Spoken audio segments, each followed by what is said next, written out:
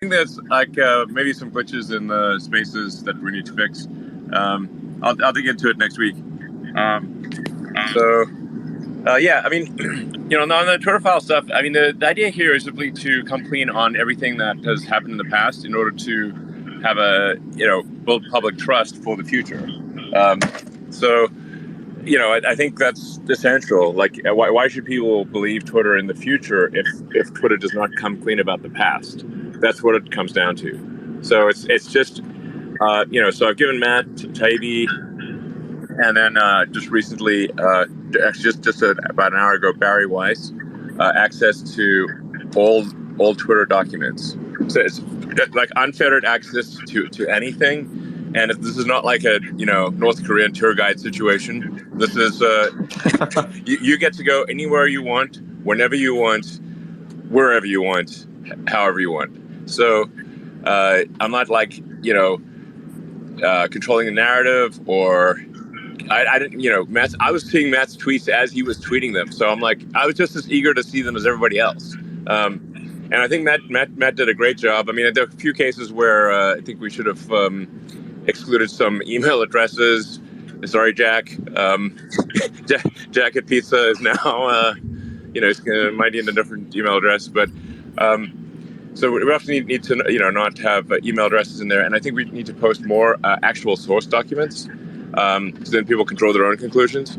But, it's just obvious that there's been a lot of control of information, suppression of information, including things that affected elections. And that just all needs to be, it's kind of like this friggin' Stasi files, like at the point you just want to have the stuff out there. So Elon, I have a very blunt question for you then.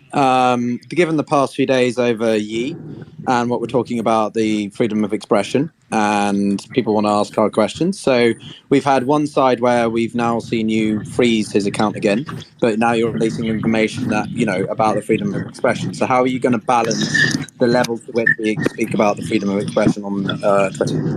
Yeah, well, I think... If that makes sense. Sure. With Kanye, it's obviously a difficult subject, but that was a case where it was like, where that was my decision. But I think it's important that people know, okay, that was my decision, because at a certain point you have to say, what is incitement to violence? Because that is against the law in the U.S. You can't just have form a club, let's go murder someone club. That's not actually legal. So.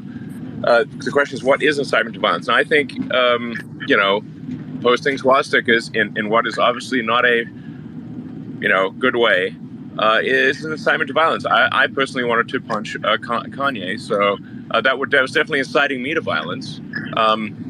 Anyway, that's not cool. Just hang on, but you mentioned in a good way. Well, no, it's just that it could be like an analysis of the Second World War or something, that's a history drama, whatever, It's contextual. Yeah, right? It's like okay, like let's a battlefield or something, and that's got so some sort of war history thing. I don't know, something like that. Then that would be okay, but.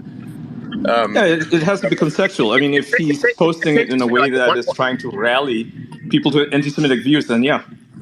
Yeah, I mean, it's like you can also say okay, well, let's look for added context outside of Twitter to say well, was this meant in a friendly way? And it's like, okay, well, no, he's saying that he likes Hitler and other things. And look, at the point at which Alex Jones is like telling Kanye to calm down and please stop.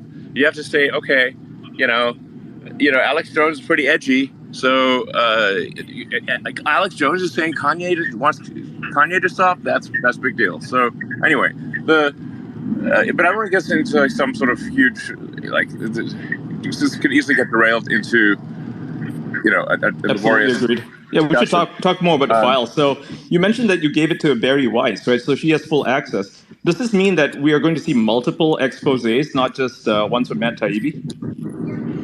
Yeah, the point is to just have everything come clean. So the thing is that it's not that people would necessarily agree with everything that Twitter has done in the past or in the future, but they should at least know that it is occurring and there's no shady stuff that is happening that they're unaware of.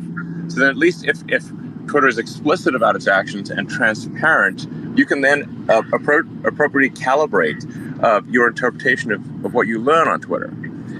As opposed to thinking, Twitter pretending to be unbiased and even-handed is not. So there's a way to get everyone to agree with all the actions that Twitter will take. That's impossible. That is a null set. So, but what it is possible to do is to be fully transparent about the actions that are taken. Give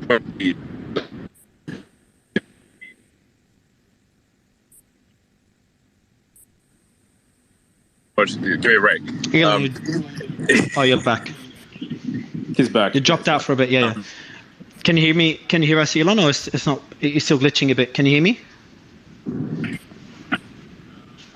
I'm about to take over. Yeah, it's good. Carry on. This turned into a Verizon commercial really quick. I just wanted to ask Elon really quick if there's any way to combine Twitter's efforts with people who have gone, as far as filing constitutional challenges. Is there any way to get them in touch with Matt and combine the efforts there? Possibly. I'd reach out to Matt. There's... And I mentioned, I've also asked Barry Weiss to, also, I've given her access. I just gave Barry Weiss access to the Twitter files like an hour ago. I think at some point it might make sense to just have them publicly available, so that anyone can look at them. A quick side question. Sorry, go ahead. The general thing we're aiming for is anything bad that Twitter's done in the past that at least it'd be surfaced so as to instill trust about Twitter in the future. And the thing where I may have blanked out a moment ago is that it is impossible for Twitter to take the set of actions that will satisfy all people, or probably even 90% of people. But what Twitter can do that is unequivocal is be completely transparent about its action and what's what is it doing, what is it not doing, how does the algorithm work, and if an account is suspended, why is it suspended? If an account is deboosted, just showing that it's been deboosted or search banned, and giving a reason for that, so that there's maximum transparency in the system. So that even if you disagree with what's going on Twitter, you at least can calibrate what you learn on Twitter based on what Twitter's doing. Not have a situation where Twitter is claiming to be fair and even-handed, and then actually is not being so, at least from your perspective. So, do you have plans, Elon, to take Twitter public again in the future? Sorry? So Tara's asking, by the way, James Wood, I've sent you an invite. Real James Wood, I've sent you an invite. Check your DMs. Tara's asking if you have any plans to take Twitter public again. And my question, I'll give you another question as well. My question is, what type of pressure, if any, have you faced since releasing the files?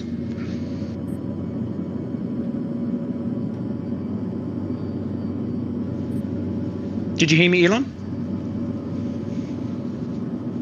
Shit. It sounds like he is testing the new semi-truck himself. Can you hear us?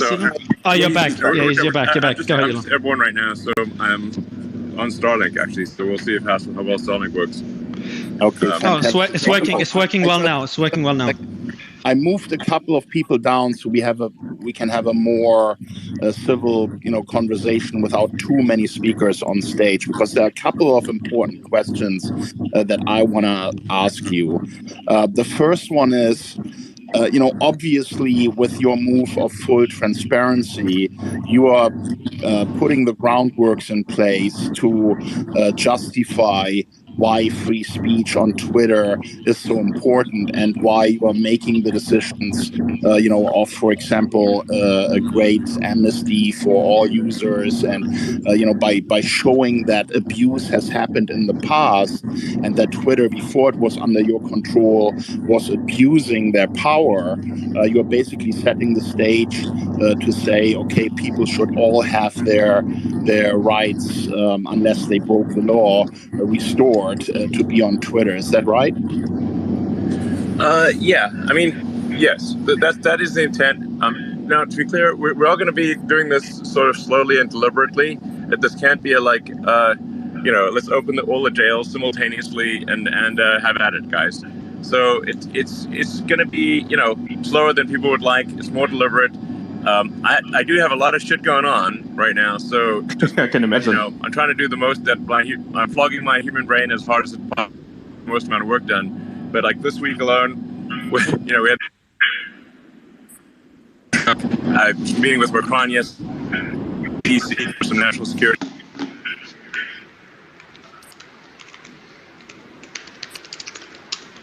Oh, Starlink is also failing. Damn it.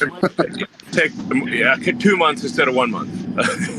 2 months instead of 1 month. That's a good timeline. And also, I got to make sure Twitter is stable from a financial standpoint and is not losing tons of money and goes bankrupt, in which case all bets are. So there's juggling a lot of things here, to say the least. But I think over time, not that long of a time, iteratively, we can move Twitter to be a more broadly inclusive in the so like as many people as possible can participate and want to participate. And as trusted and transparent as possible. And the proof will be in the pudding over time. And we're not going to please everyone. Obviously, that's impossible because, if you say, what are the requests of everyone, you have a Venn diagram intersection of zero. But what can be done is maximum transparency. What can be done is making it clear when something has been deboosted or search banned, when your account has been deboosted or search banned, and why. When an account has been suspended, to be clear about why and whether it's temporary or what the path is to restore the account.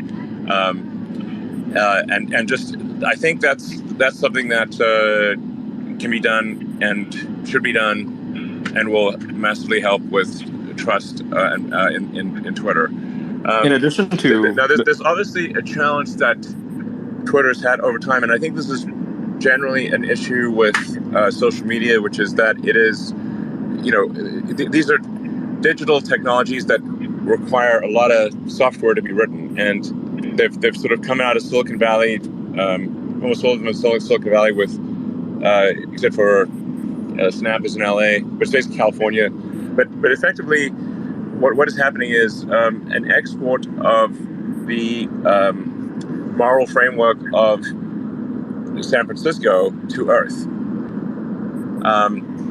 This is kind of a big deal and problematic because previously, San Francisco, which is pretty far left, the influence would be limited to San Francisco, but now it affects the whole world because of the centralization of information with social media companies, and that's, I think, not good.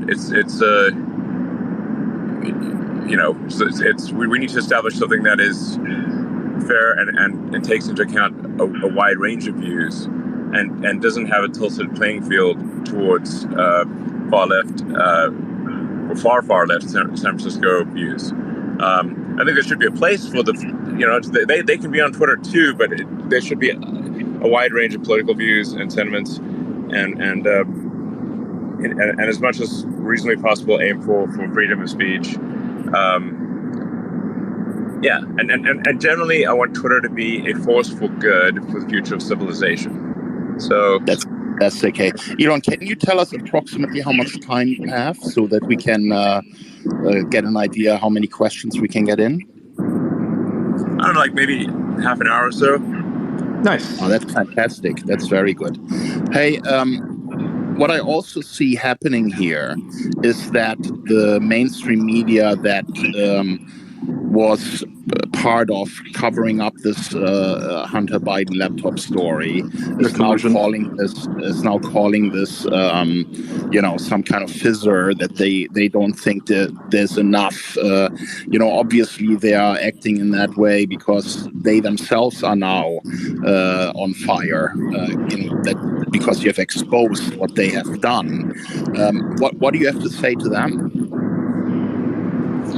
I'm sorry, could you repeat the question again? I'm in the air, so this is it's not super optimal from an audio standpoint. He asked you what do you have to say to the media that's sort of downplaying what the Twitter files represent? Could you repeat the question?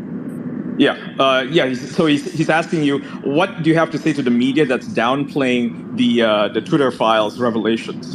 Because they're basically saying it's not a big deal, that it's nonsense, that it's just crap, that you're just doing this for PR. What's your response to them?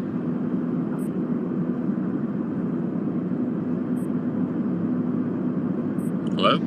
Yep. Can you hear me?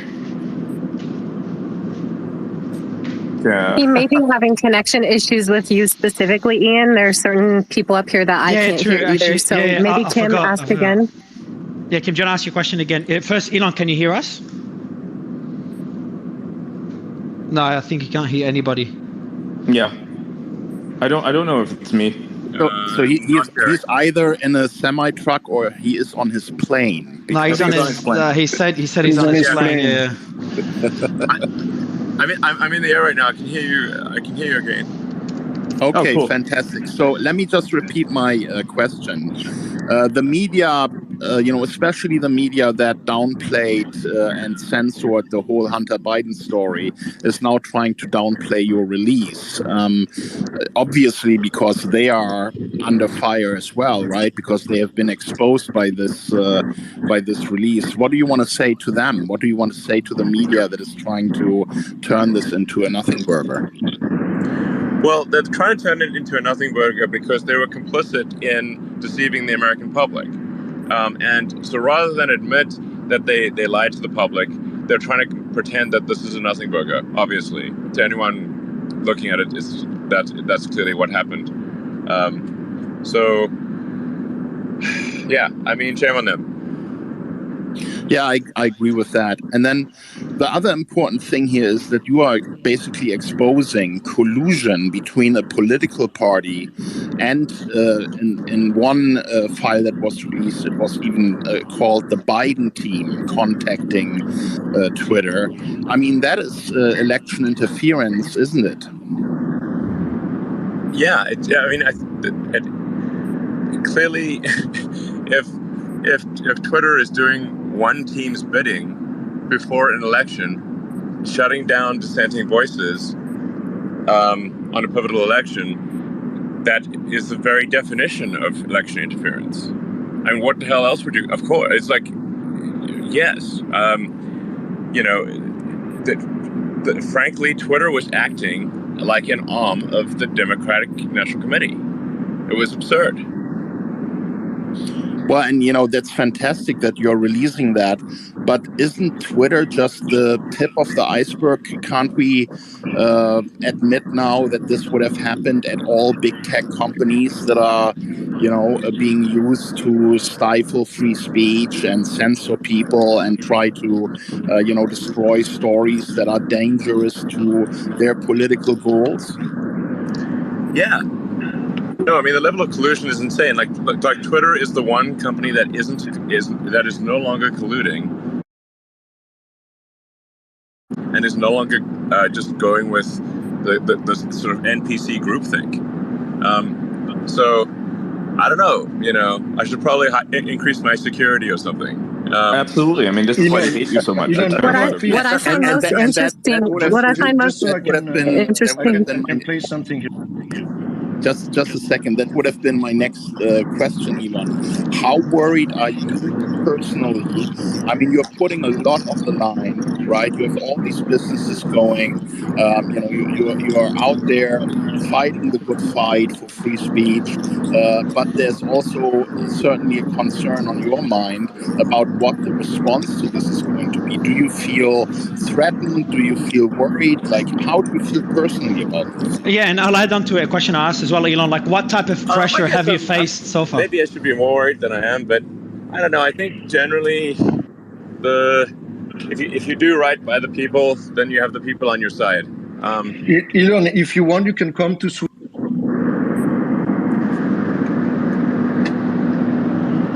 Oh, you dropped out, Thierry.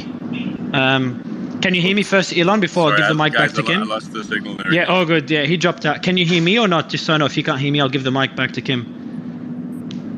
No, you can't hear me. Kim, you take the mic. I was going to ask him what he thought, really quick, of Senator Warren's response that one person, him, should not have control over the narrative. Elon, I was saying, you can come to Switzerland by... Well, yeah, I mean, obviously, it's not one person has control of the narrative, because there's the entire mainstream media establishment who all talk like groupthink NPCs. There's Facebook, there's Google, there's TikTok. No, the actual problem is there's one person who isn't towing the line. That's the real problem. Thank you. That's the exact response that we needed. That's you, yeah. I mean, that's so. Ian, can you ask him a quick question as well? Because I don't think you can hear me. As soon as one person doesn't toe the line, now everyone else is looking like, you know. Well, now we're allowed to, Elon, and that's the issue. Is before we were at risk of being suspended or deplatformed. You're allowing. I mean, you're showing exactly. people that it's possible to. I mean, to this do is it. Like competition does keep companies honest, or should. It is a force for keeping companies honest. So if there's a competition for the truth, and Twitter wins the competition for the truth, then it will win over the readership and the attention of the public, and everyone else will be forced to tell the truth too. Do you think that you run the risk of like the EU Commission or any of these other big political bodies trying to take you down when you're doing this? Yes. I do not think this is a risk-free endeavor. But I also think that, like, as long as there's the support of the people, then you have to say, like any organization, at least in the U.S., that it is going to go against the will of the people, I think will be in big trouble themselves. You know, Elon, you're doing this at such an important time in history because I think people can sense that the censorship is becoming more, that the media is spilling more and more propaganda, that we are heading into a future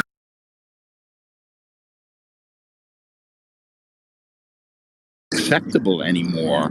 And for you, with your audience, to go out there and put this transparency out there, I think a lot of people appreciate that this is a fight that you are taking center stage, in order to fix some of these issues. Yeah. No, I mean, frankly, the risk of something bad happening to me, of even literally being shot, is quite significant. I'm definitely not going to be, doing any open air car parades. Let me put it that way. But it's also it's not that hard to kill me if somebody wanted to. So hopefully they don't. And if fate smiles upon the situation with me and does not, that does not happen. I'm taking reasonable precautions, I guess. But there's definitely some risk here. But I mean, at the end of the day, I think we'll just want to have a future where, we're not oppressed, or our speech is not suppressed, and we can say what we want to say without fear of reprisals. As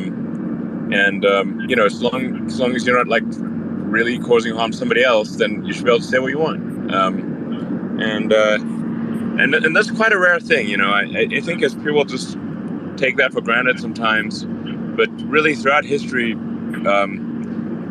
free speech has been highly unusual, not common. And so we have to fight very hard to keep that, because it's such a rare thing. And it's by no means something that is default. It's a controlled speech is the default, not free speech. So, and yeah, it does seem incredibly ironic that so many reporters in the media and prominent politicians are calling for restraints on free speech. This is crazy. It feels like we're in bizarro world here. Do you think that comes from the way that journalism is taught now in today's schools, in what we would call postmodern journalism, or where do you think that's really coming from? I mean, I haven't been to journalism school, but it does seem as though that the elite educational institutions have been somewhat infected with an anti-free speech mind virus, which is sort of a subset of the woke mind virus. How much actual intellectual freedom and how much actual intellectual freedom is there at elite educational institutions, where you don't get completely shunned unless you abide by what everyone else thinks, and then what everyone else thinks is you're told what to think, not asked to. You're sort of, you must think this. It's not like you have freedom to think and talk as you wish.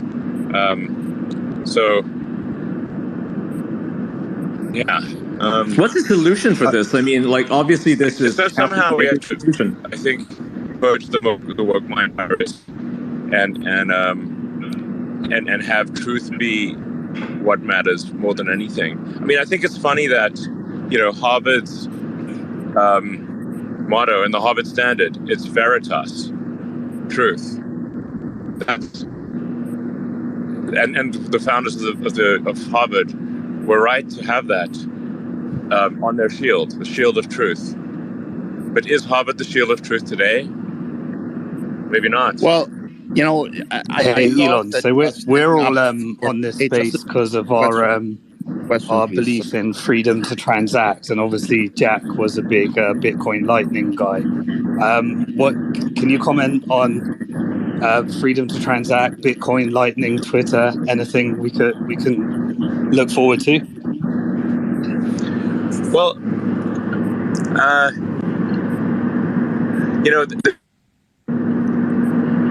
I think that's actually more powerful even than, I think, controlling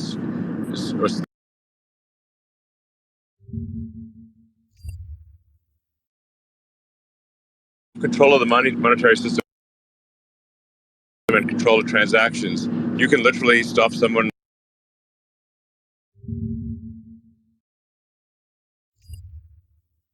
on transactions. It seems like PayPal has strayed pretty far from the path of that. Like I've been banned from PayPal. Seems to be moving in the direction of social credit and restricting transactions. So that's concerning. So I do think there is a role for crypto in the future, without speaking to any particular crypto coin, as a means of ensuring that the monetary system does not get completely corrupted. It provides competition to the fiat system, so that if the fiat system becomes overly restrictive, then crypto will grow. Like, basically, the better that the fiat system works, the less prominent crypto will be, and the worse the fiat system becomes, the more crypto will grow. Are you concerned about the moves towards central bank digital currencies? I don't think they know what they're talking about. No, not really. A lot of people have theorized that FTX and the fallout there was a ploy to push us toward that centralization and the digital dollar. Fallen flat in its face now. Correct. I think they're conflating a few things. First of all, almost all money is digital already. The fiat monetary system, for practical purposes, consists of a series of heterogeneous mainframes running antiquated COBOL. That's the actual money system, by the way. It's kind of embarrassing. It's not like some rickety mainframes running ancient COBOL. and running and doing everything in batch mode. That's the actual fiat monetary system. So Elon, I've got. Can you hear me first? Is it working now or no? But it is digital. No shit. But not in a very good way. And whether banks create their own cryptocurrencies, I think is somewhat irrelevant. People will use the cryptocurrencies that they think will accrue value over time, and not use the ones that don't. Doge to the moon. Sorry. Hey, Elon, could you shed some spill the beans on the whole SBF, Binance, and Twitter fundraise? I think there's not much not many beans to spill here. I had one conversation with SBF in May where it was like half an hour. He was just talking like a mile a minute. I think he was clearly on some stimulants. And he kept talking about himself and FTX, and which is weird because the call was supposed to be about Twitter. And I was like, shouldn't you want to ask me some questions about Twitter instead of talking about yourself? The vibe I got there was like, this is my bullshit meter, like with redlining. So I'm like, but everyone kept saying, Morgan Stanley and lots of other people kept saying, oh, SBF is the best and he's got tons of money. And so that's why I agreed to speak to him. But then like I said, he set up my bullshit meter, which frankly, I don't think this was like deep insight wasn't necessary. If someone's calling you to talk about investing in a big transaction, they should be asking questions about the transaction, not talking about themselves and talking at the speed of an auctioneer. So that's it doesn't require deep insight to figure out that the bullshit factor is high. So you didn't end up with any client funds accidentally? Yeah. So unfortunately, Mario is having connection issues, so you're unable to hear him. And Mario, I was going to say my DMs are open if you want to relay comments or questions for Elon there, and I can try to help field those. And also, Alex is one of the accounts that was wrongfully suspended by Twitter, and you fortunately brought back. I wanted to give him the opportunity to ask you a question because he's had his hand up, if that's okay. Okay, sure. Hey, so I was Hunter platforms. Right? We also cover other requests by the Biden campaign and the DNC to censor individuals. Yeah, we can't hear you, Alex. We can't hear you. I can barely hear Alex. Like, tell Elon to mute his mic and unmute. Alex probably, but I cannot hear him. Yeah, tell Elon to mute and unmute just so we can hear Alex, because I think Elon's background noise is muting Alex. Hey, Elon, someone tell Elon. Elon can't hear me, so you have to tell him Kimotera. Yeah, I'm telling him that he can't hear you. That's okay. Just give me 1 second here real quick. Elon, you said something, really important, and that is that truth matters. And, this is really what this is all about, because without free speech, we don't have truth. And I would like to ask you, what is your opinion about Julian Assange and Edward Snowden? Shouldn't those guys be center stage when it comes to free speech and truth? Shouldn't the US government leave Julian Assange alone and let him be a journalist? I don't know enough about the Assange situation to give an accurate answer. There are things where, that where national security stuff is involved, that I think do need to be kept secret, because there's like nuclear secrets, and there are there are things where bad actors, if they had access to that information, could do bad things. So yeah, but when a journalist exposes war crimes, right? When a government just goes and invades a country and kills people, against international law, when exposures like this are being made, isn't that important so people see the reality of wars and understand how some of that stuff is really bad? Yeah, I generally think that people should, like I said, that people should be able to know what's going on in order to make sensible decisions. There's, and I just don't know enough about the Assange situation to say whether he should be punished or not punished. But I do think that I'm generally in favor of freedom of information, and like if there's any doubt, we should lean on the side of freedom of information. And how about Edward Snowden, who has revealed these mass surveillance programs where the government is spying on everyone and storing all their data in these massive spy clouds, also against the law, where the Five Eyes are working together to undermine their local laws and their local restrictions on spying, and they just spy on each other and then share the data so that they know everything about everyone. How do you feel about that?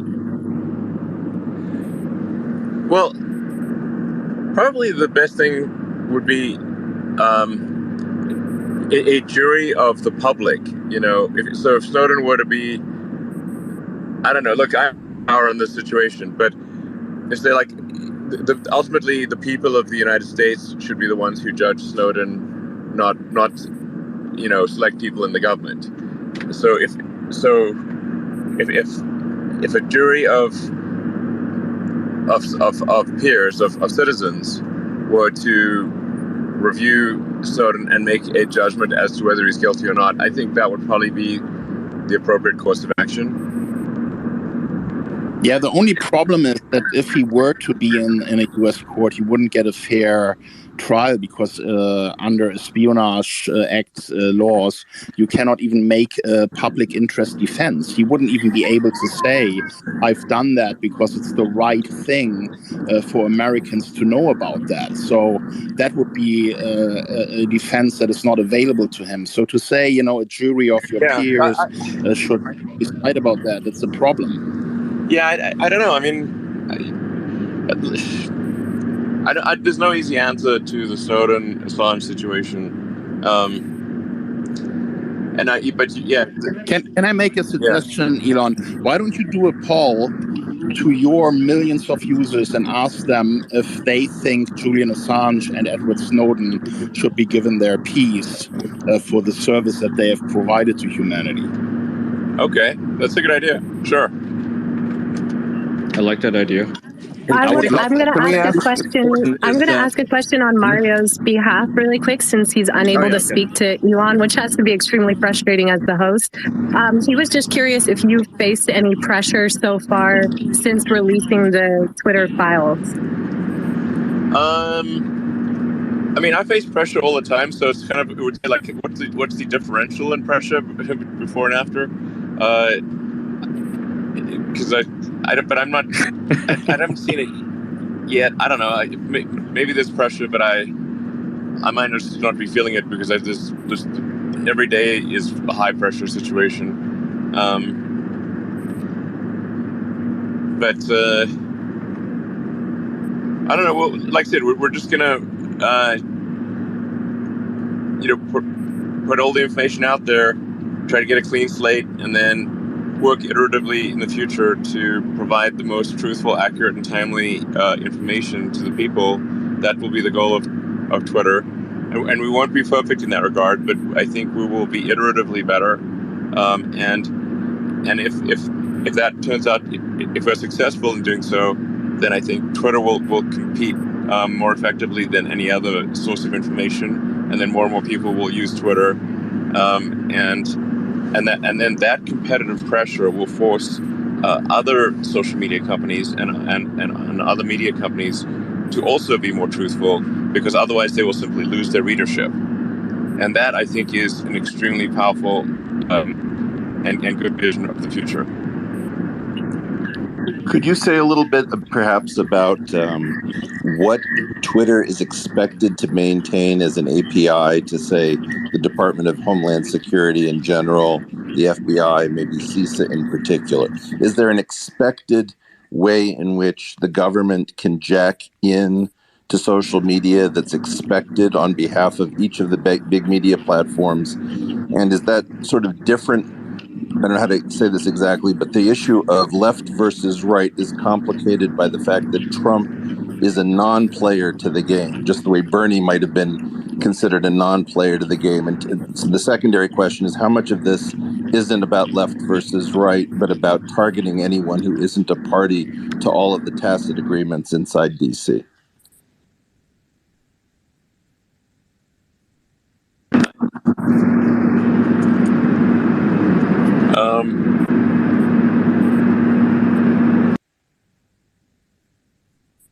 Can you still hear us, Elon?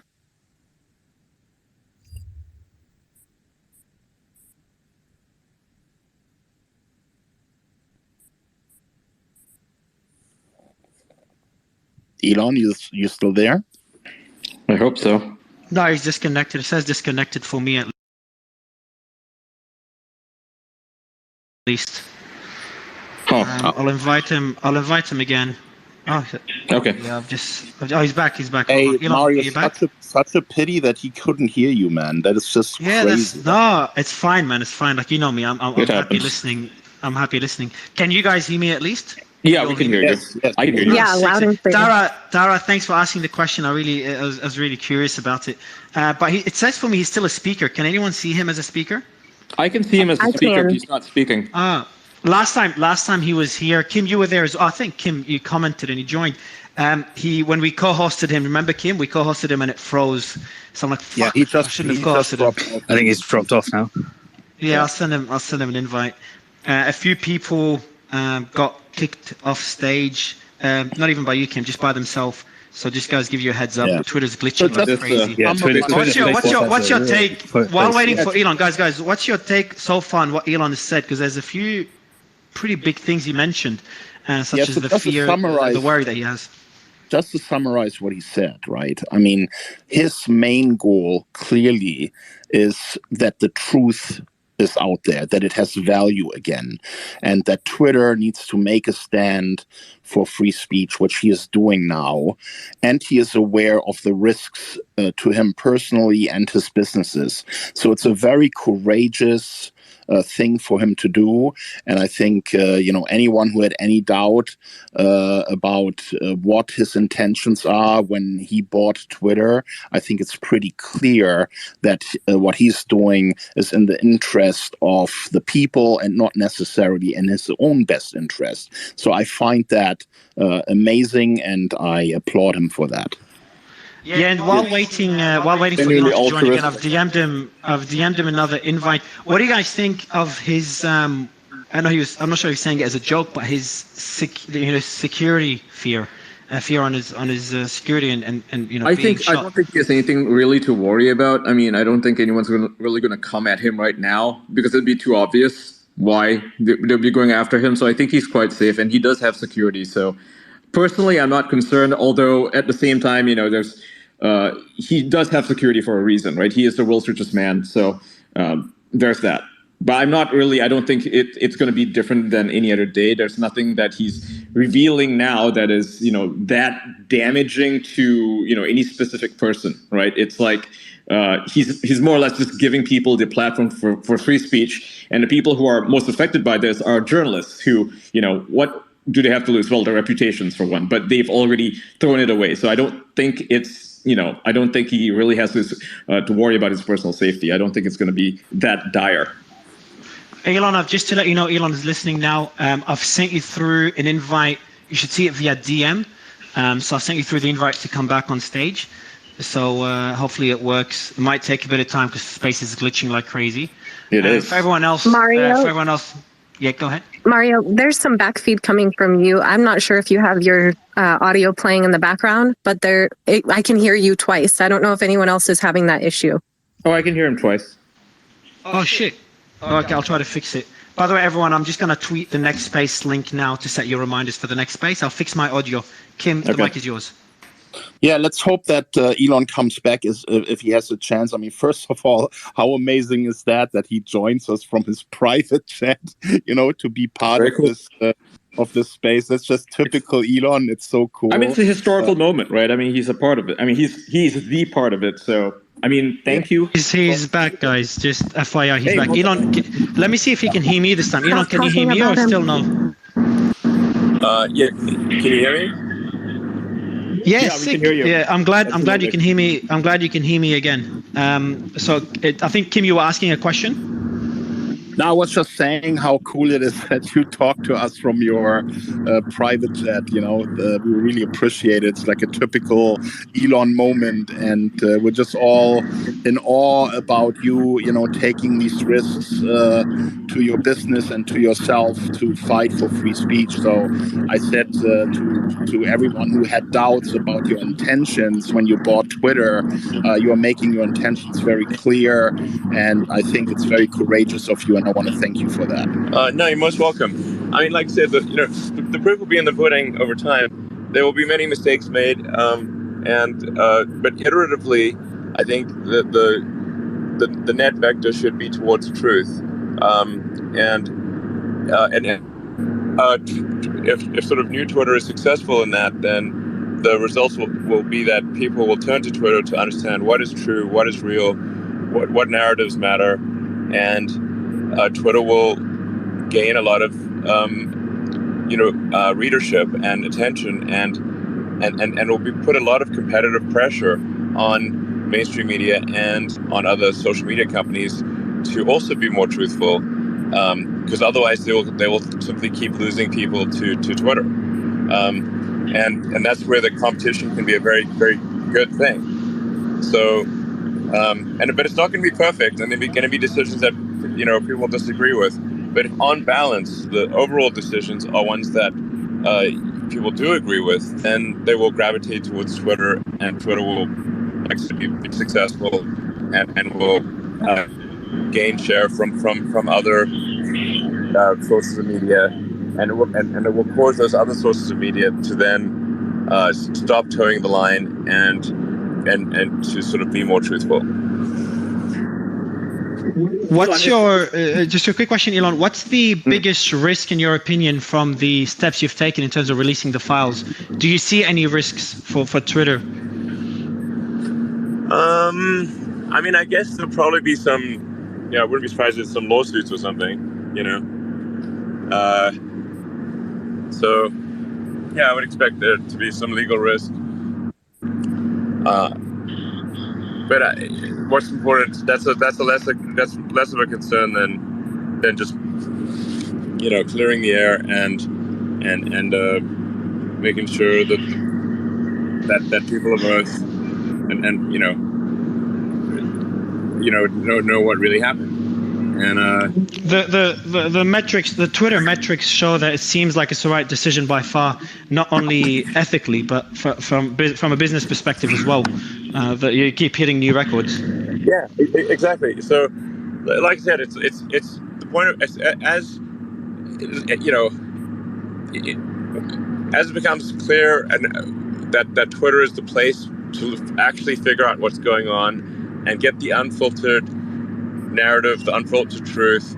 Also for the people of Twitter to be able to suggest narratives and steer them, and emphasize narratives themselves, and have things not be controlled like it is with the so-called mainstream media, where the narrative is controlled by a handful of editors in chiefs. If basically the Wall Street Journal, New York Times, and Washington Post, and maybe a few others decide what the narrative is.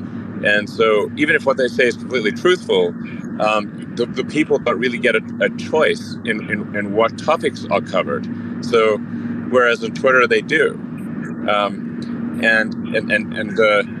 Like there could be something really important going on the world, and then the big news organizations aren't covering it for whatever reason.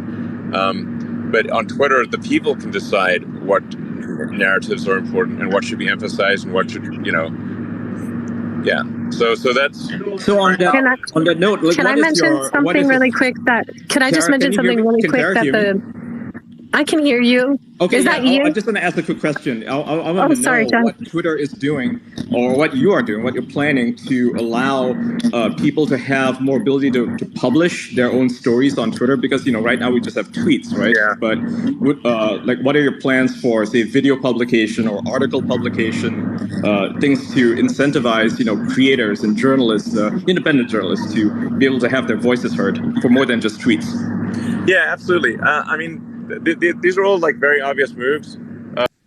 One needs to be able to obviously post long-form written content on Twitter. One needs to be able to post long videos and long audio on Twitter natively, and there obviously needs to be a means of monetizing that so that creators can make a living.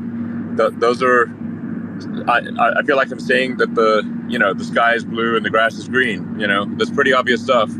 But in order to implement those things, Twitter needs to have a strong software engineering organization that is focused on shipping great code. And really was quite a mess before, but it will have a strong engineering team and be able to implement those basic features, so that even if there are lots of limitations, let's say on example, then they can post it on Twitter, and then Twitter can be an effective competitor to YouTube. And then, like I said, what happens when there's competition for the truth, and everyone and one company steps out of line, then and actually really disallowed the truth to flourish. It's going to put a lot of competitive pressure on other organizations to do the same thing.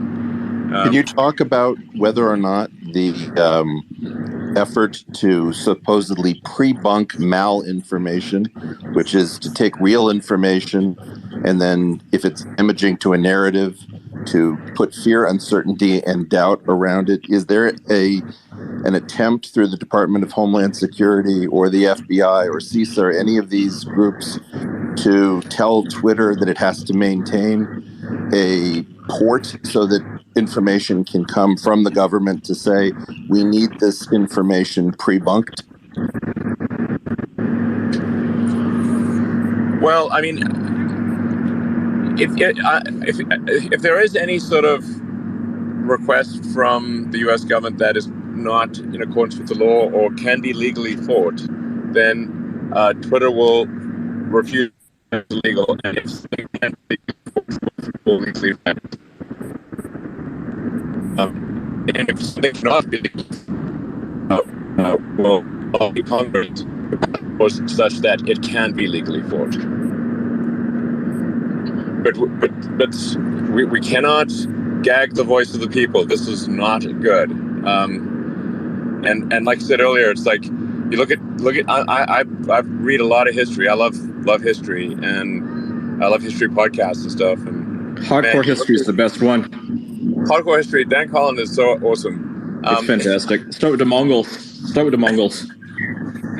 Yeah, but it's like you look through history, man, and it's like we have this pressure. We're in this precious situation where, like, this rare, unusual situation where there's actually, I mean, within boundaries, there is actually freedom of speech, but it's rare in history, and usually it's like been some king or whatever that's just they were just by default suppress people, and now we have this like rare moment in history where the voice of the people is mostly not suppressed, but now there are people trying to suppress it, and we just need to fight really hard for freedom of speech. This is very, I think, essential to the future of civilization. I absolutely agree with you. I mean, this is why you're fighting, right? This is why, you're fighting for free speech so that we can have it in the future. Because if we don't have control of the present, we do not have control of the future. It will be in the control of somebody else, someone that we absolutely do not want to be in control of anything. Yeah, exactly. Just to chime in there, There are a lot of people in the last decade that have lost hope because what's happening in politics, what's happening in the media, there's so much frustration. And I think the most important thing that you've done here, Elon, with your steps that you are taking is to give people hope again. Well, great. I'm really glad to hear that. And like I said, I'll do my best here. I'm definitely going to make some mistakes along the way and it won't be perfect, but I'll also then do my best to correct those mistakes and to be, the least dumb possible. Like as I say, Vox Populi, Vox Dei, man. It's just like, yeah, I mean. It's a very white-pilling moment to have you fight this fight. A lot of us have been fighting this culture war for free speech, basically. And, I think a lot of people have lost hope because they didn't see anyone caring about it, right? It's like the majority of people obviously do care, but they just don't know what to do. And yeah, it's true what Kim said, just to echo what he said. Thank you for fighting this fight. This is very, very important. It's not just you. It's not just me. It's all of us. Absolutely. I totally agree. Yeah. I'm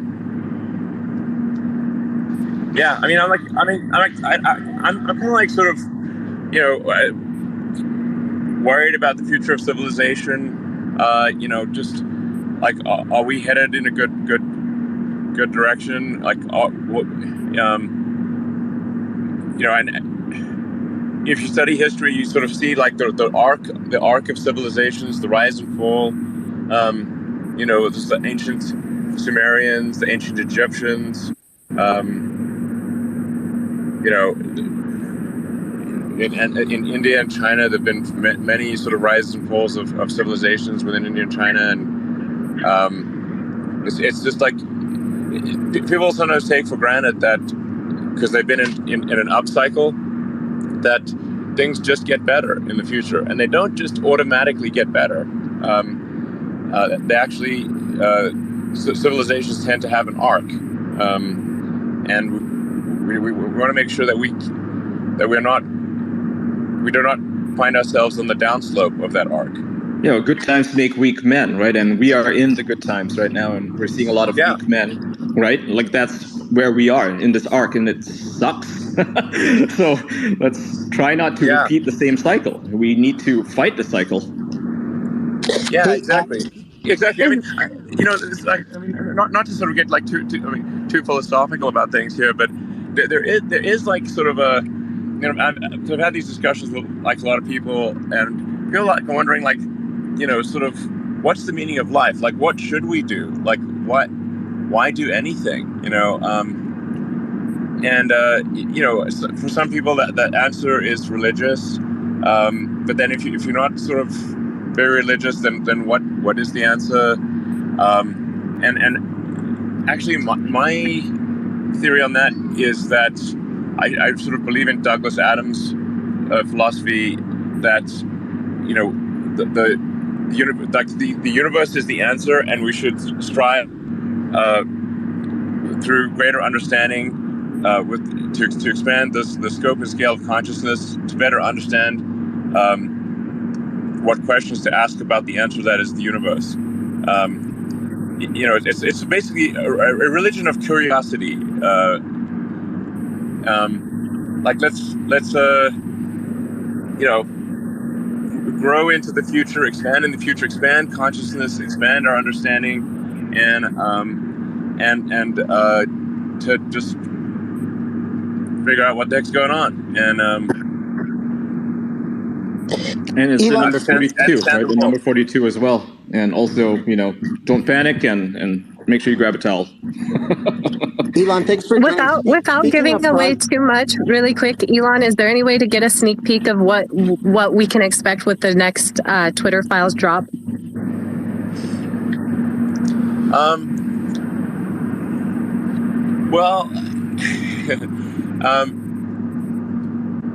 I'm somewhat leaving this up to Matt Taibbi and Barry Weiss, but I think the natural thing would be to say, like, okay, what happened after the election? the Hunter Biden laptop stuff.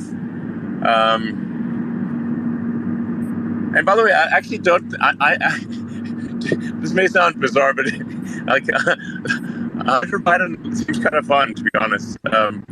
I know, right? Yeah, he's an artist. Do you know that? he seems like he knows how to have a good time. I mean, so he has a sense of humor about speed himself. up Hunter Biden here, but but just beyond the what happened after the election? What how much government influence was there? There's this whole sort of move to create a disinformation ministry, which was insane. And like George Orwell is turning in his grave. Did you hear such things? But like what happened with that? I think there was a public outcry about a disinformation. Yeah, Jack Posobiec started that one. He basically stopped it in its tracks because before that, nobody knew that this was even a thing, right? And he exposed it, and suddenly everybody was talking about it, and they had to shut it down because it was very Orwellian. It was like they used 1984 as an instruction manual. Exactly, totally. It's exactly 1984 is. George Orwell's 1984 is supposed to be a warning, not an instruction manual. Yep. Come on. And that's what they seem to be doing. They take every single, dystopian fiction, whether it's Deus Ex, I love that game, and they're like, yeah, this world looks awesome. Let's oppress the hell out of people. It's like, no, let's not do that. Exactly. Totally. Hey, Elon, speaking of progress, you've accomplished so much. You started the first successful American car company in 100 years. You brought payments to the internet. There's a lot of aspiring entrepreneurs and small business owners that look at what you do and sort of try to, follow that example and see how can they create some of that progress too.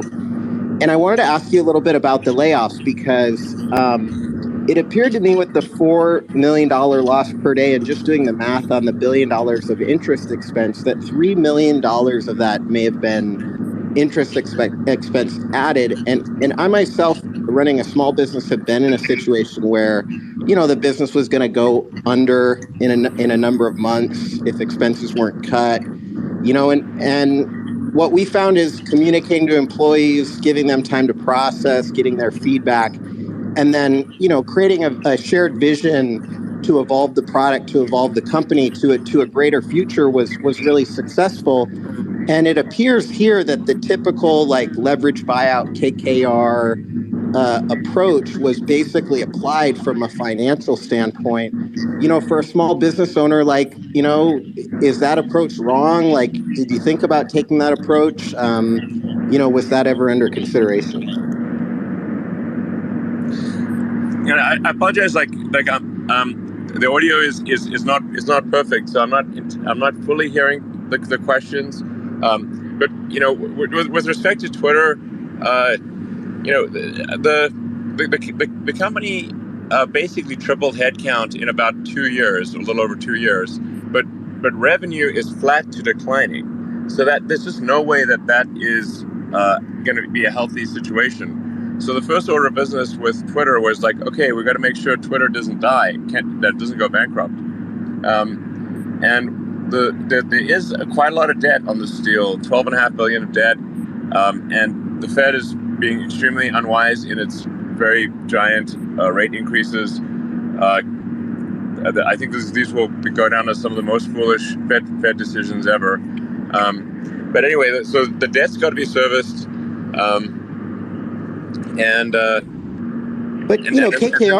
KKR's been loading up businesses like that for years. How's this different? Sorry?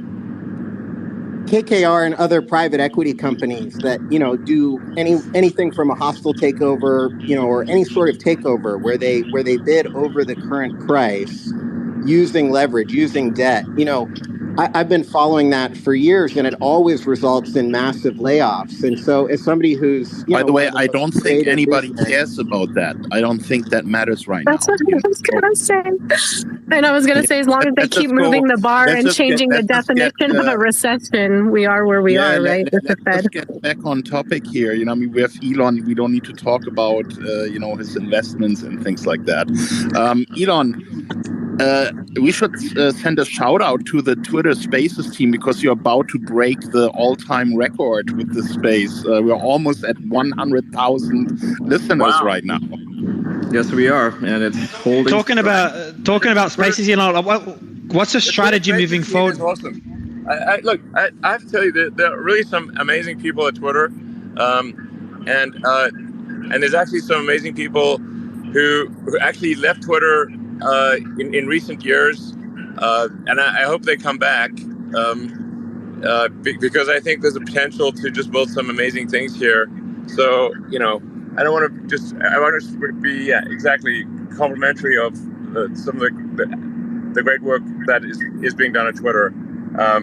So it's sort of it's sort of like, I mean, there's a lot to criticize about Twitter and say like, okay, Twitter is wasting money in a lot of in really some next level ways, but also some very talented people who really care about the truth at Twitter, and I'm doing my best to elevate their capabilities and give them all the resources they need. I'm very excited about Community Notes. This feature, Keith Coleman's running it, and there's like some really first-rate engineers that are writing the code on that product that is, I think, going to be very powerful for actually fighting disinformation, not. Can we actually see that if we're not enrolled in Community Notes, right? Like right now, the rest of the world isn't, right? It's just the United States and I think Canada, to my knowledge. But can you at least make it visible to other people? So even if we're not able to contribute, we can at least view it, because I feel kind of left out. I'm in Malaysia, so it's kind of hard to see it. Yeah, actually, I asked that. I sent a note to Keith Coleman saying like, "Hey, shouldn't we just at least make this visible everywhere?" And then he said we needed to talk in person about that, but I'm not sure what. Hey, Elon, we did want to say on the Twitter Spaces during the blowout of SBF and FTX and all the other companies in crypto, there's been massive financial losses for many people, obviously. But Twitter Spaces actually became the place that drove the community together, and we've been sharing lots of stories. There were people that were suicidal because of the financial loss, and because of the community in Twitter Spaces, it prevented them taking their life. There's lots. And to add to it as well, Elon, last time, if you remember when you joined the space about Sam, that space ended up going for 16 hours, and for 3-4 days the media was in our space getting the news from the space for 4 days, 5 days straight, and then writing stories on it day after day. And I think Simon was there, Kim was there, so it was I think it's the first time it happens to that extent on Twitter Spaces, and we're probably doing it again today. Yeah, and this type of citizen journalism that you are enabling is so powerful, because we are the news now. If people want to learn the truth, they go to Twitter and join these spaces. It's like real time with experts. It's fantastic. And then we have people like you joining in and sharing their opinions and their thoughts. What is more powerful than that? The traditional media can pack and it's game over for them. Elon, would you ever consider holding a space for earnings for Tesla right here live on Twitter? Oh man, I have to say, Tesla being a public company, it just creates such a gigantic attack surface for legal firms in the U.S., especially these class action firms. Yeah, that seems like a bad idea. I've been to spaces that other CEOs held, and they did their earnings live right on Twitter, and I thought it was quite amazing. Okay, well, yeah, sure. I'm happy to do it. Yeah. You've made Elon. You've just made two promises. You've made two promises, man. Now you've made this one, and you've made one to Kim about the you made a promise to Kim about the poll, and now you made a promise to hold the Tesla meeting here on Spaces. So just I'll remind you afterwards about it as well. I will. I've been getting a lot of questions. I will do those things. Yeah. So I've been getting a lot of questions from people who are just bombarding me just to ask you, right? Because, we're in the space. They're asking, what are you going to do about the shadow banning situation? Because, I'm personally search banned. I'm not shadow banned, but I am search banned. And I'm not sure what's even up with that. Yeah, I mean, like I said, I've only been on the job like a month, guys. So there's definitely, I've got a long list of things to do. But there needs to be a general, we need to say, like, your account should actually just tell you are search banned or you are deboosted or whatever it is, and why and what the process is for fixing that. Now, this week I should tell you that we were probably a little overzealous, and that's if anything that's my fault, because I'm just trying to get rid of the damn scams and spam and bots and stuff, and so in trying to stamp out or reduce the bot spam scam stuff, there will be some false positives. So that's just this week, but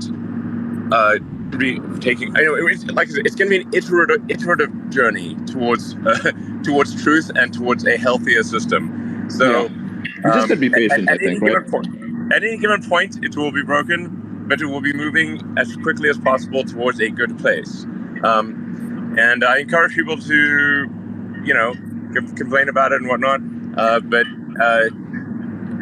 it will move iteratively towards a good place. That's the goal. And I generally move pretty fast. So on the net, the vector sum of those decisions over time should be.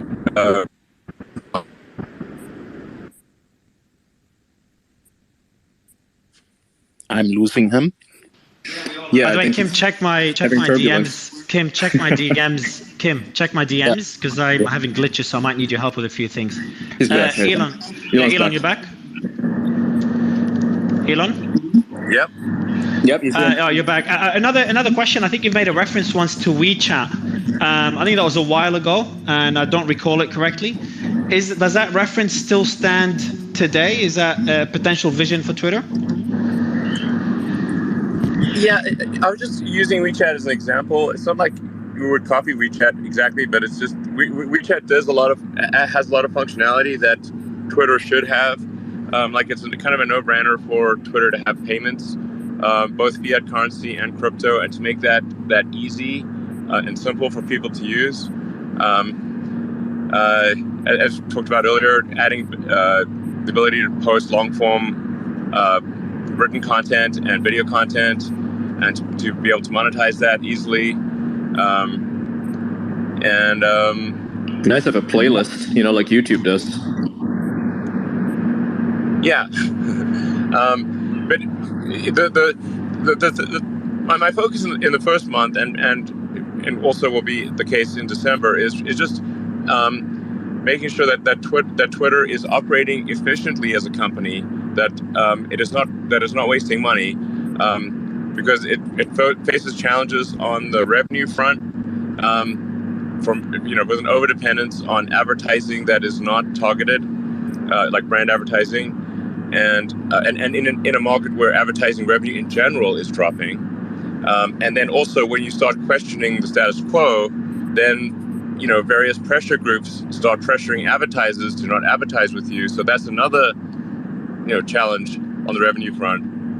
And then you got the debt, and the debt now has a very high interest rate. So it's like these are a lot of challenges simultaneously that I think we'll solve these challenges, but these are a lot of things to solve. So the first order of business is just get Twitter healthy. Make sure its expenditures are reasonable. That Twitter's like primarily a software company. There are obviously design elements, but it's primarily software and servers. And so, like, is the software team organized well? Those that are committing good code, just making the engine of engineering work at Twitter. Because if you look at, say, like, what is Twitter's technology evolution over time, excluding acquisitions, it's been very low. The technology of Twitter has been very slow. And 10 years to an edit button. Yeah, exactly. The edit button. Look, I mean, if it takes a year to do an edit button and the edit button still doesn't work properly, then you can have a million good ideas, but they're irrelevant because you can't implement them. So Elon, I've got a quick question for you, my friend. I was removed from the space. Hey, I want to test my mic. Can you guys hear me? I can hear you. Maybe you can't. Can you hear me? Alex, we can hear you. Yeah, go ahead. Let Alex. Okay. Does Alex want to go, and then I can go? Can you hear me? Yes. Yeah, we can hear you. Yeah. Okay. So my question was, if the Twitter files, are those also going to include other content other than the Hunter Biden laptop? So basically all cases? Yeah. Alex, Mario, we can't hear you. Okay, go ahead. This is a bit of an audio shit show. Let's try and get this back on the road. I unmuted everyone. I muted everyone. I'm going to unmute those who are not talking. Just mute yourself, please. I would like to ask Elon a quick question. Okay, trying this again. I think Alex just did, and he was ready to respond. He just now would have to unmute himself to respond to Alex.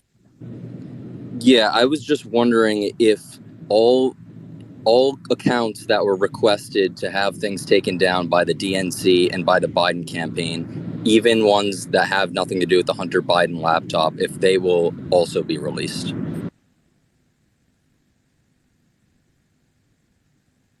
Elon, you're muted. You got to unmute. Yeah, you got to unmute. Yep, he's got to unmute. Sorry. Yes, the intent is to release all the files. So there's not like anything that's hidden or anything.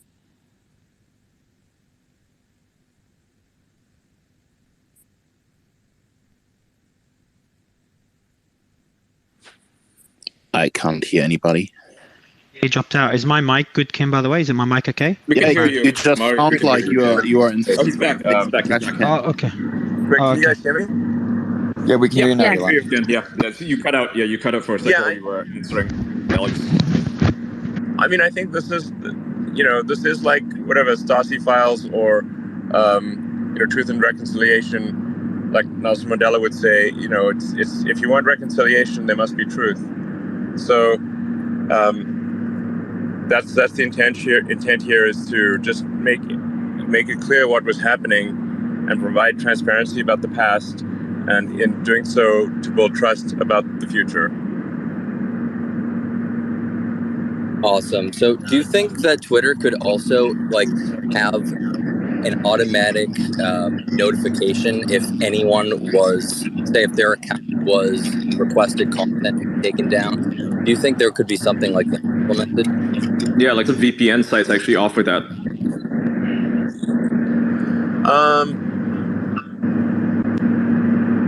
Yeah, I mean, you mean if if a government has a takedown request or something like that? Yeah. Like if the government says, "Hey, we want you censored." I mean, I think for example, even Germany would let you know, right? So why doesn't America? Yeah. Or with James Woods, for example, how his content was, they requested his content be removed. Say if that happened from the Biden campaign.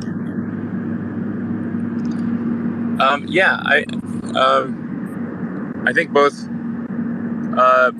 past and future requests should be made public. And sunshine is a great disinfectant, and so if if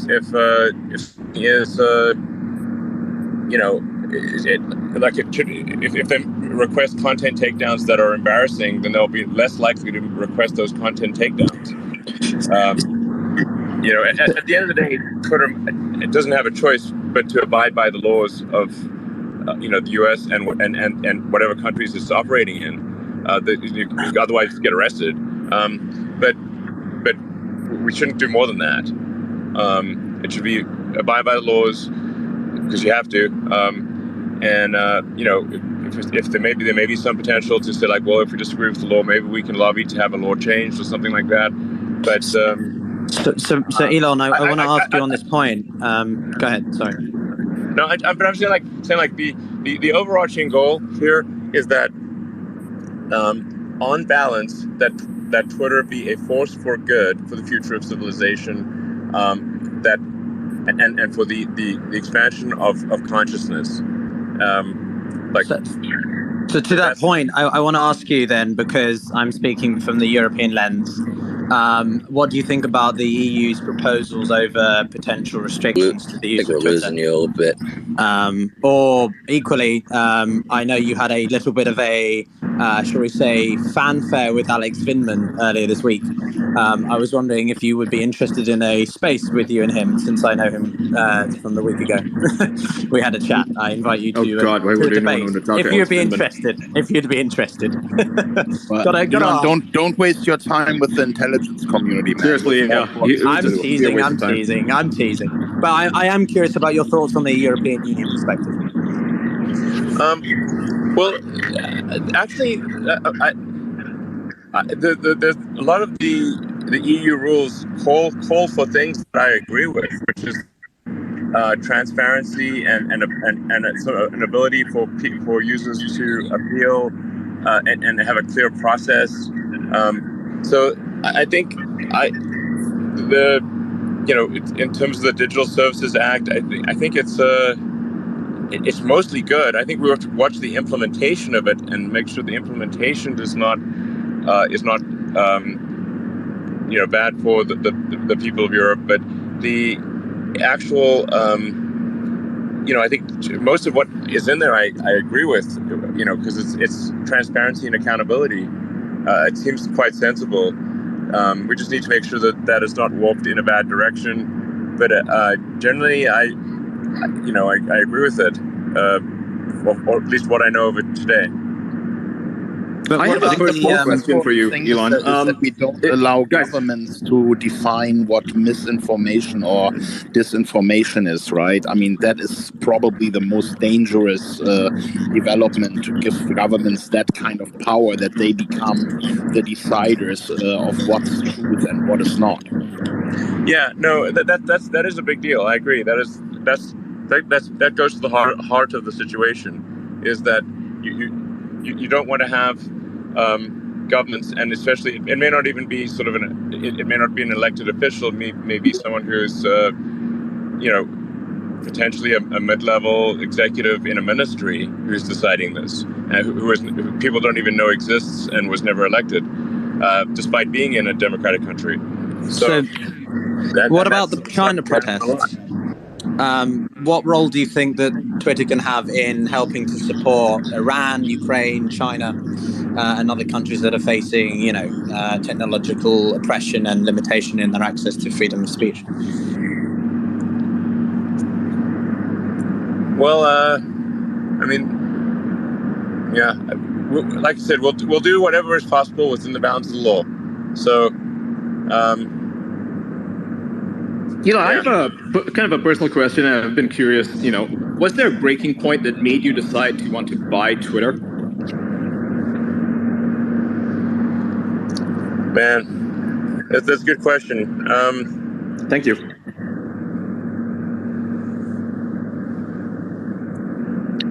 I was hoping you would say the child exploitation that you've done more to get rid of in the past month than they did in the past 10 years on Twitter. And I wanted to thank you for that. And I'm sorry that the media has completely snubbed you on mentioning the fact that you guys have gone above and beyond to make that happen. And Eliza Blue, thank you for your work and efforts there. Yeah, I'd like to say thank Eliza Blue. I would like to thank Andrea as well. We've actually had this is actually like a really good case of crowdsourcing of having people on Twitter actually help solve the child exploitation stuff. It is true. Yes, Twitter has done more to stop child exploitation in the last month than probably the last 10 years. That's insane. It kind of blows my mind, frankly. And we're going to keep doing it, and it's always going to be number one. I mean, it's like kids can't defend themselves, so we must defend them as adults. Yeah. Back to the question by why you decided to buy Twitter. Mario, we can't hear you. No, you sound like a mosquito now. Sounds like he's in the toilet, to be honest. Elon, do you still have plans to drop the W? Everyone is asking. I mean, technically the poll did come out positive on that. So the people have spoken. No, the people have not spoken. But more to my question, like, I don't think you answered that. Like, I want to know, like, what was the breaking point? I think a lot of people want to know this one. Like, what was the breaking point that made you want to buy Twitter?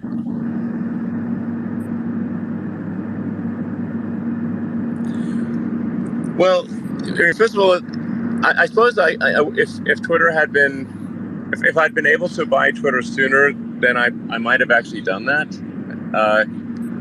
But there had to be a situation where my liquidity was enough and Twitter's value was, whether there was essentially a closing price. Like, would I actually have buy it? That wasn't the case until recently. But I guess it just felt like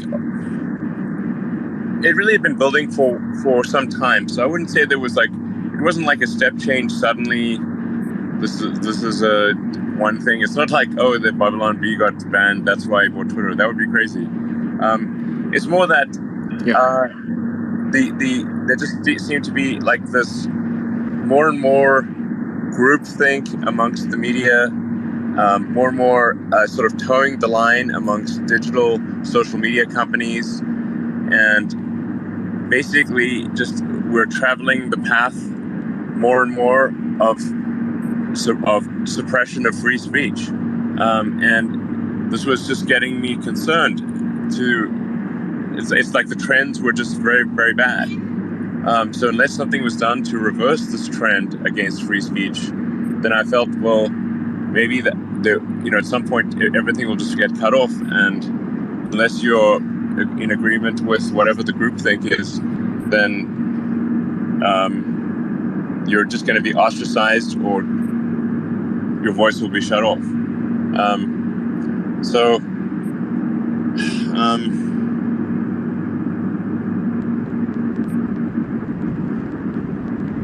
like I said, it wasn't any one thing. It was just like, okay, I can't exactly say why, because it's like one of those things where it's like it's just that my biological neural nets said it is important to buy Twitter, and you just like with a digital neural net, you can't really exactly explain why the neural net is able to understand an image or text, but just say that the collective result of the neural net says that this is an important action, or this is the right action, and my biological neural nets concluded that it was important to buy Twitter, and that if Twitter was not bought and steered in a good direction, that it would be a danger for the future of civilization. And so that's why I bought it. That's brilliant. Elon, you mentioned the biological neural net and the digital neural net. When is Neuralink going to be ready to copy our consciousness into a computer? And please, can I sign up? Where can I sign up for it? Because I would love to have my brain augmented. It's like cyberpunk. Yeah, exactly. We're just going full cyberpunk at this point. Deus Ex. Elon, I want to pose the other side to that. I'm sure you're familiar with Doctor Who, right? And the Cybermen, and this idea of a centralized system by which you can influence people's thoughts. Is that not a consideration that you have on your radar, if you get what I'm coming from? Well, I mean, frankly, on the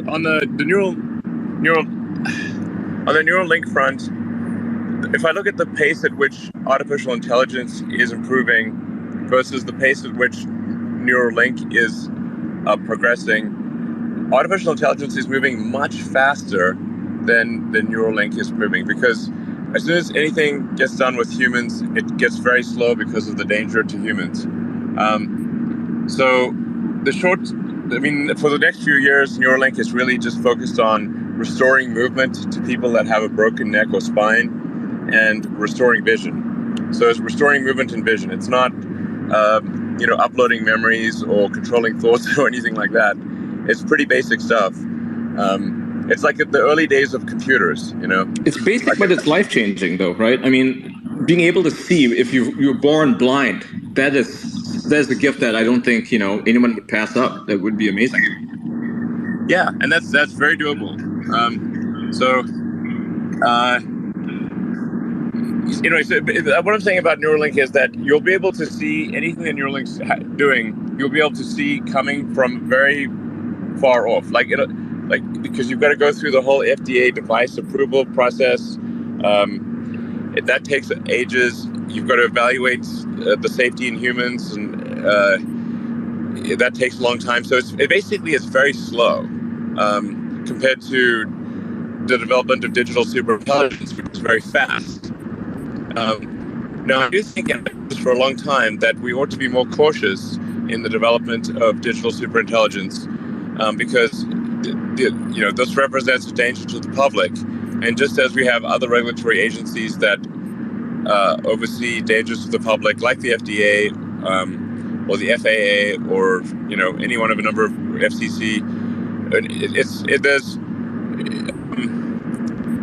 you can't just have companies just going hog wild on developing digital superintelligence with no oversight.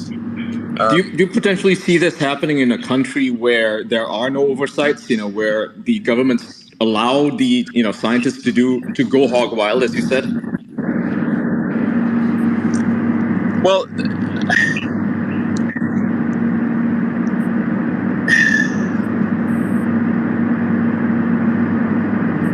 look, there's the things we can control and the things we can't control, and I think there should be some kind of oversight in North America and Europe, which is where a lot of the AI innovation is happening. There should be some kind of oversight beyond nothing, which is currently the case. How far do you think we are from general artificial intelligence? Like, what is your time frame, you think, until we have the big deal?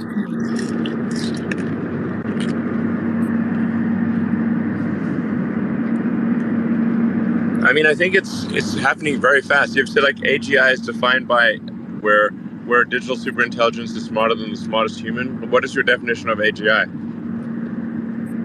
Yeah, exactly. I mean, once AI is able to basically program itself and understands how to advance itself, that would be the level where we need to start to worry, right?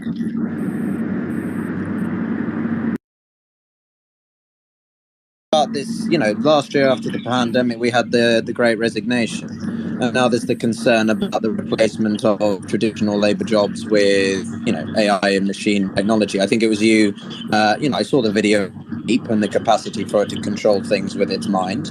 Is there not a concern about the potential impact it has on, very menial jobs and those people who don't have necessarily the skills or ability to retrain that quickly?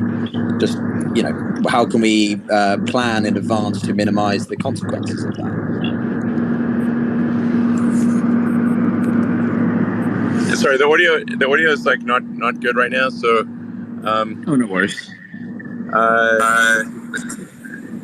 Ian, tell me if you're fine. And maybe lead the conversation, Ian, because you can hear you fine, Ian. Hey, yeah, we can't hear you, Mario. Maybe we can have another space sometime in the future to talk about AI, because I think that is one of the big topics, where a lot of people don't really realize how big the risk of AI is. And what you are always asking for is, more regulation, better rules in order to prevent the worst case scenario of, an AGI taking over and basically wiping out like look at artists and their jobs. Midjourney has basically replaced graphic artists for book covers. Yep. You don't need a book artist anymore. You can just do it with AI. Not to change the subject back to the Twitter files, but Kim, I just want to ask Elon a quick question about Section 230. Are you concerned about that now and what the government could potentially do to Section 230 as a result of the flattening that you're creating at Twitter and all the truth that you're pushing out and the objectivity? Well, I think it is, and I did say this on Twitter publicly. It is good that we actually that the House will be Republican. You know, it's generally not a good idea if in the U.S. if the House, Senate, and executive branch are all of one party, then you have sort of situation. So it's good to have at least one of those branches be the other party, because then they will check the worst excesses of both parties. So I think I think it's good that the House will be Republican, and at least and people interpreted that as like, oh, I must be some huge Republican or something. It's like, no, I'm a huge moderate. Actually, is what I am. It's just like I wish people were rigorously moderate, but like by its nature, being moderate does not lend itself. You cannot be. It's like be fanatically moderate, but fanaticism and be a moderation radical centrist. I think some YouTubers like to say, right? Be a radical centrist. Yeah, exactly, radical centrist. So it's just like you want to have the government pass laws that are in the best interest of the people, not that are in the interest of a small segment of the people. So that's why I think if you have a mixture of parties in control, then they will pass only things that sort of are the intersection of sets of what both parties agree on, which is more likely to be in the interest of the people. So I think I guess I feel pretty okay about that Section 230 stuff. Yeah. Elon, can you just quickly, guys? Can you hear me now or no? I've got great speakers that just came up because now it's not glitching for me anymore.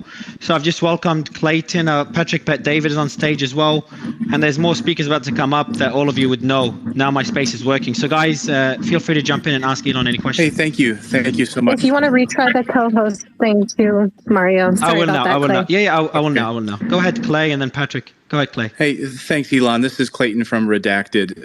One of the stories we've been covering on our show over the past couple of months is Dr. Shiva's lawsuit.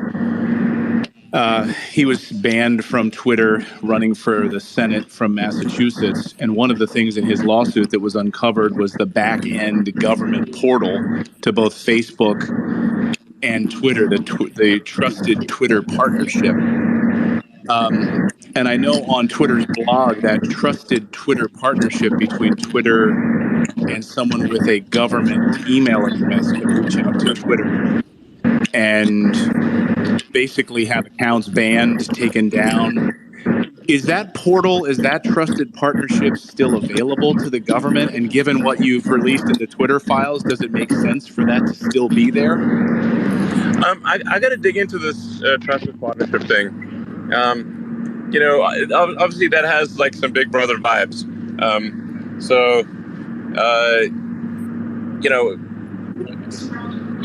Twitter will adhere to the law, but it will not do. It's not going to go beyond the law. And if there are laws that don't seem to be in the interest of the people, then Twitter will push to change the laws to be in the interest of the people. But I'll dig into this Trusted Partnership thing, find out what's going on. Yeah.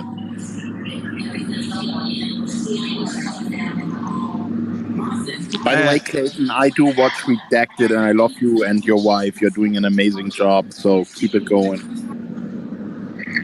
Eric, Sebastian, did you have a question? Yes, I do, Elon, and go ahead, Eric. It may be a follow-up to the prior question. Elon, in the Twitter, the Twitter files, the things that you found, did you find any relationship between Facebook and any other TikTok, whomever, with regards to what could be considered, the collusion with a certain political parties? Was it, in other words, was there any collusion among other social media groups with Twitter?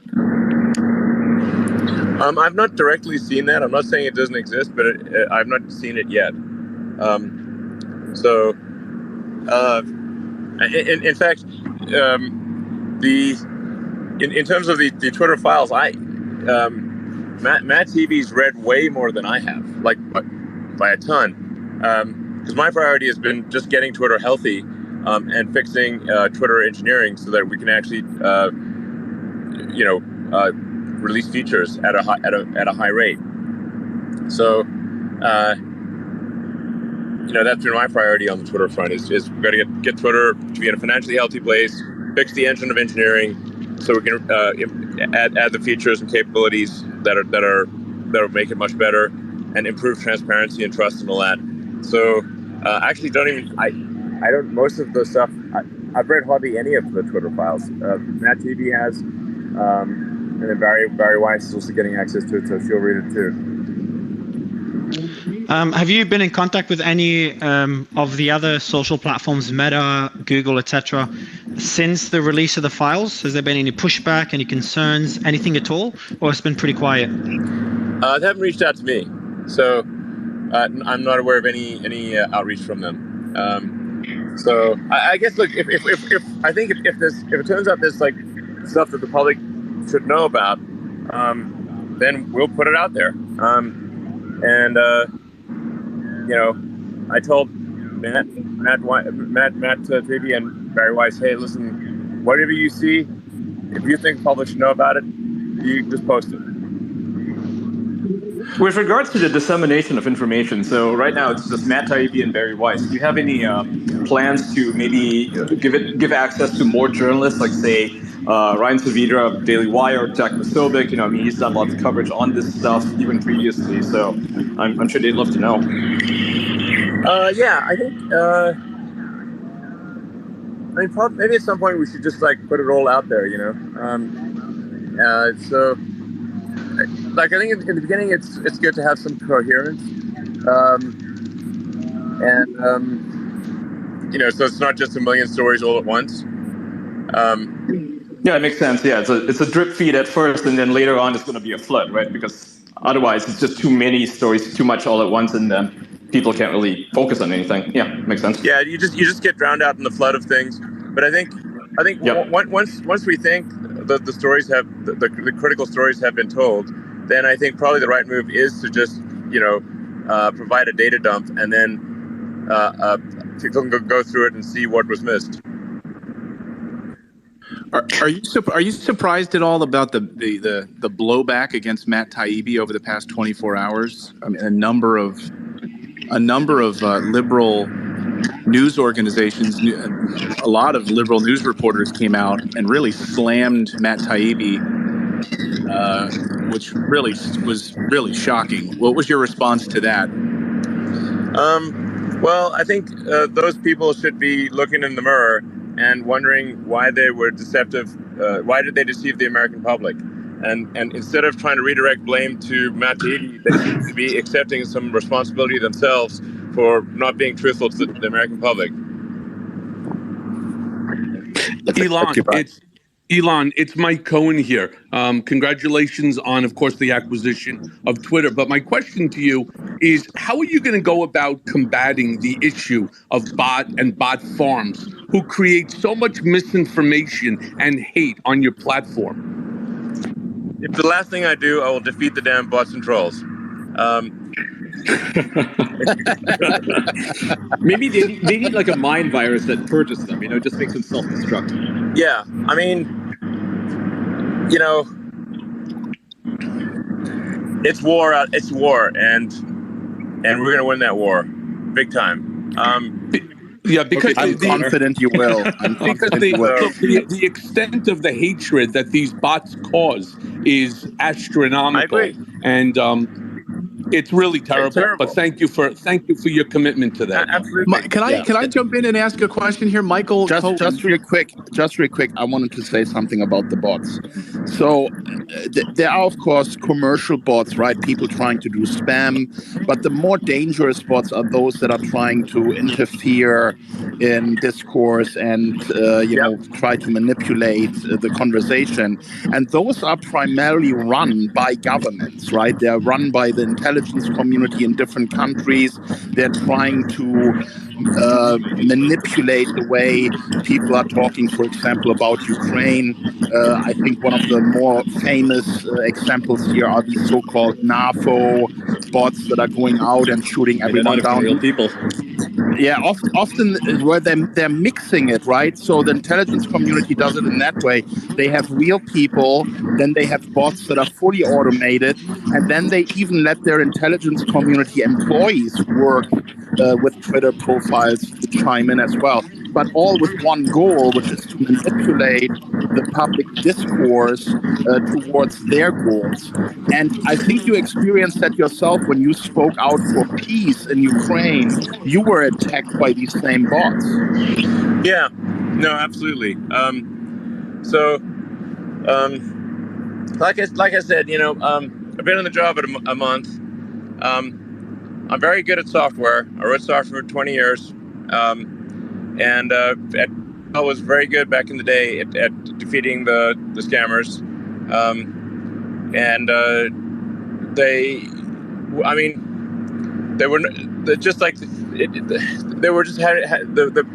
The bad actors had free reign in the system before. They will not have that in the future.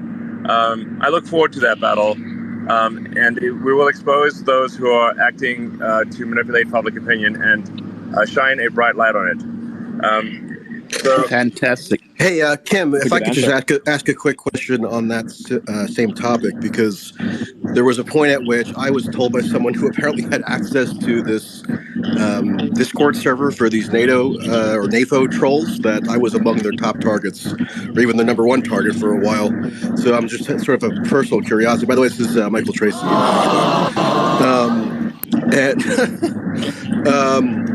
And so, Elon, I'm just curious if you were able to detect or gauge any inauthentic activity on Twitter specifically related to this sort of pro-Ukraine faction, or was there a particular sort of system that kind of connects those actors that you were able to discern since you've taken the helm?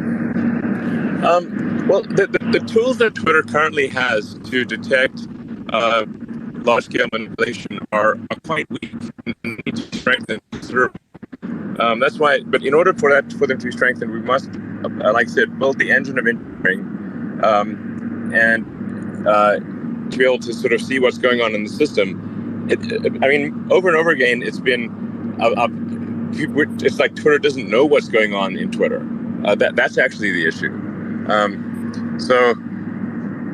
We need to build the tools that can analyze what's going on and see where is there evidence of large-scale manipulation, and in order to highlight it. And I think even if it's not shut down, if it is simply highlighted and said, wait a second, these accounts are all acting in concert. They're acting in a way that is faster than a human could possibly coordinate. This appears to be a linked, 100,000 bots linked that are all acting in concert, and just say, expose them essentially. But those software tools need to be written, and they have not yet been written. But they will be. I have written those tools, so I can give them to you. Right, Elon, wouldn't it be easier if you were able to use some form of two-part authentication in order to ensure that the individual...